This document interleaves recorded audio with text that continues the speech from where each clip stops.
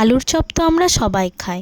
একবার মোচা দিয়ে বাড়িতেই মোচার চপ বানিয়ে খেয়ে দেখুন বন্ধুরা, প্রেমে পড়ে যাবেন।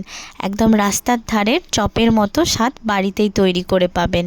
তো চলুন, মায়ের ছোঁয়া চ্যানেলে সবাইকে স্বাগত জানিয়ে শুরু করছি আজকের রান্না বান্না। প্রথমে আমরা মোচাটা ছাড়িয়ে নেব।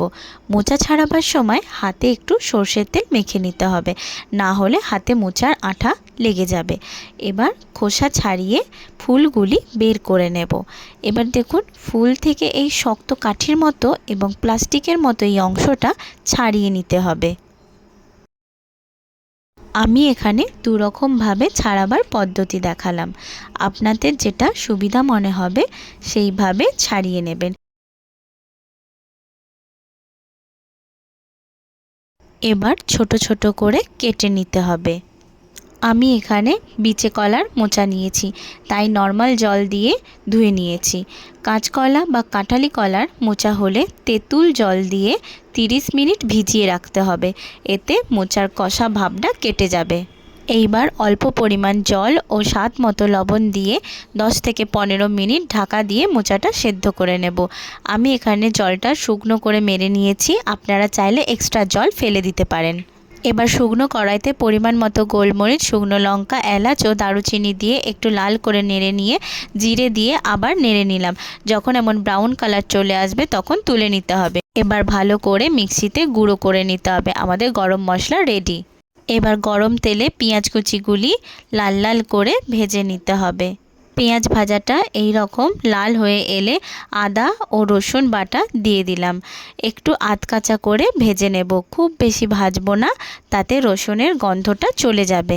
এবার হলুদ গুঁড়ো, পরিমাণ মতো লঙ্কা গুঁড়ো ও স্বাদ মতো লবণ দিয়ে আবারও একটু নাড়াচাড়া করে নেব। 10 মিনিট কষালেই হবে। আমি এখানে 2 পিস আলু নিয়েছি। আলুটা প্রথমে ভালো করে একটু মাখিয়ে নেব, তারপর মোচা দিয়ে আবারও ভালো করে মাখিয়ে নেব। এবার মশলার সঙ্গে ভালো করে আলু এবং মোচা মাখাটা কষিয়ে নিতে হবে।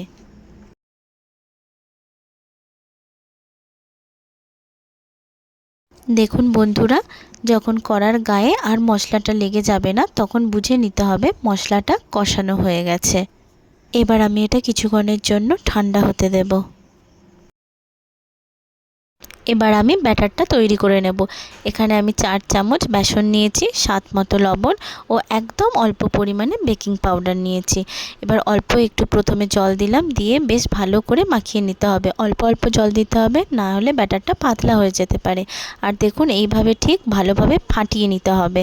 খুব বেশি পাতলা বা মোটা ব্যাটার হলে চলবে না। এবার আমি চপের পুরের মধ্যে আগে থেকে তৈরি করে রাখা গরম মশলা গুঁড়ো দিয়ে দিলাম, দিয়ে বেশ ভালো করে মাখিয়ে নিতে হবে। এবার কিছু অংশ আমি গোল গোল করে কেটে নেব। এবার 2 হাতে ভালো করে বেসনটা লাগিয়ে নিতে হবে।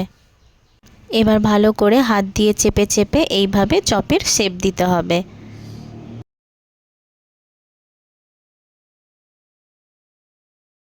এবার গুঁড়ো বেসন লাগিয়ে হালকা করে কোট করে নিতে হবে। এবার আবারও একটু ভালো করে হাত দিয়ে চেপে নিলাম।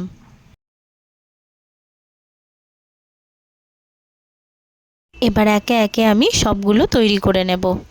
কড়াইতে আমি একটু বেশি করেই তেল নিয়েছি। এবার কড়ার চারপাশে ভালো করে লাগিয়ে নিলাম।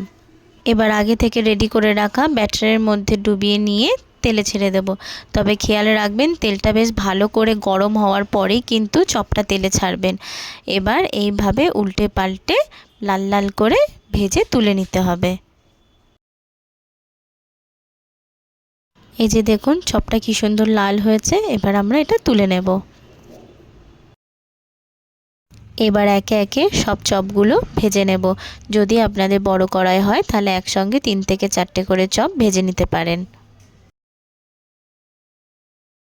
এই যে আমাদের এখানে সব মোচার চপগুলো রেডি হয়ে গেছে। কি দেখে লোভ লাগছে? তাহলে অবশ্যই বাড়িতে আপনারাও একবার তৈরি করে ফেলুন এই মোচার চপ, আর খেয়ে জানাবেন কেমন লাগলো আপনাদের। যা দারুণ টেস্ট হয়েছে না বন্ধুরা, আমি তো একাই 3টে চপ খেয়ে নিয়েছি। ভিডিওটা ভালো লেগে থাকলে লাইক, কমেন্ট এবং সাবস্ক্রাইব করতে ভুলবেন না কিন্তু। টাটা।